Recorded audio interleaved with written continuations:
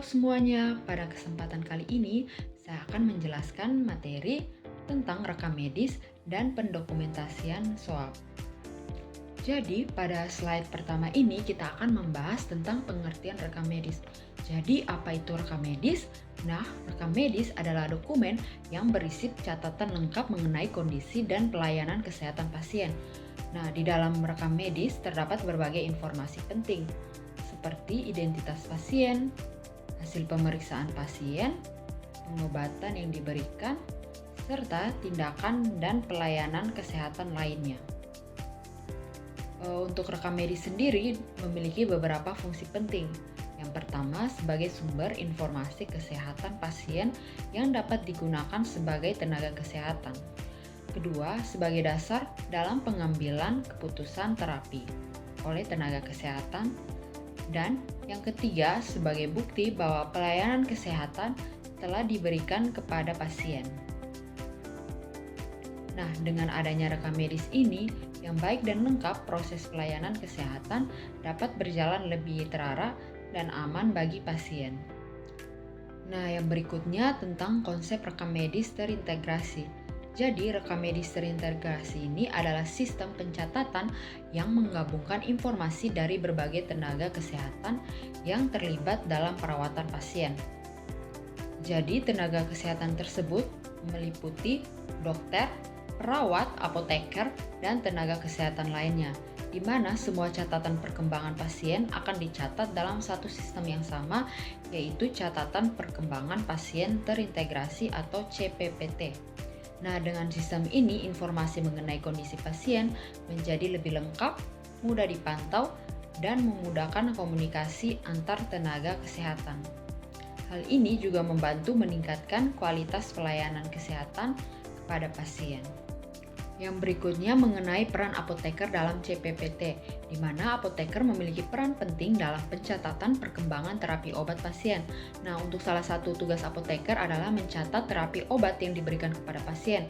Selain itu, apoteker juga mengidentifikasi masalah yang berkaitan dengan obat atau yang dikenal dengan Drug Related Problems atau DRP. Nah, apoteker juga dapat memberikan rekomendasi terapi kepada dokter apabila ditemukan masalah pada penggunaan obat. Selain itu, apoteker juga akan dapat memantau efektivitas dan keamanan obat yang digunakan oleh pasien. Dalam melakukan pendokumentasian tersebut, apoteker biasanya menggunakan metode SOAP untuk pencatatan lebih sistematis dan mudah dipahami.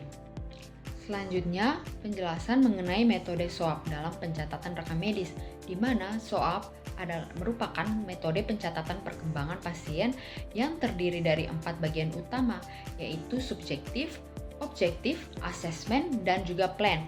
Nah, keempat metode ini digunakan oleh tenaga kesehatan untuk mencatat kondisi pasien secara sistematis dan terstruktur. Dengan menggunakan metode SOAP, informasi mengenai kondisi pasien menjadi lebih jelas, mudah dipahami, dan memudahkan tenaga kesehatan dalam menentukan tindakan atau terapi yang tepat.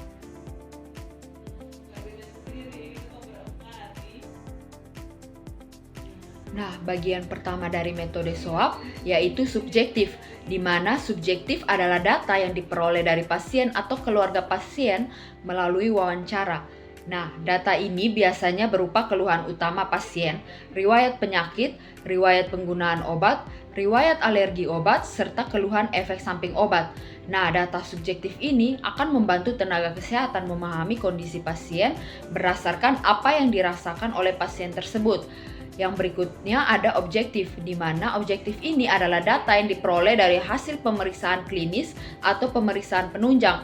Contohnya seperti tanda-tanda vital, hasil pemeriksaan laboratorium, hasil radiologi, diagnosis dokter, dan data terapi obat yang sedang digunakan.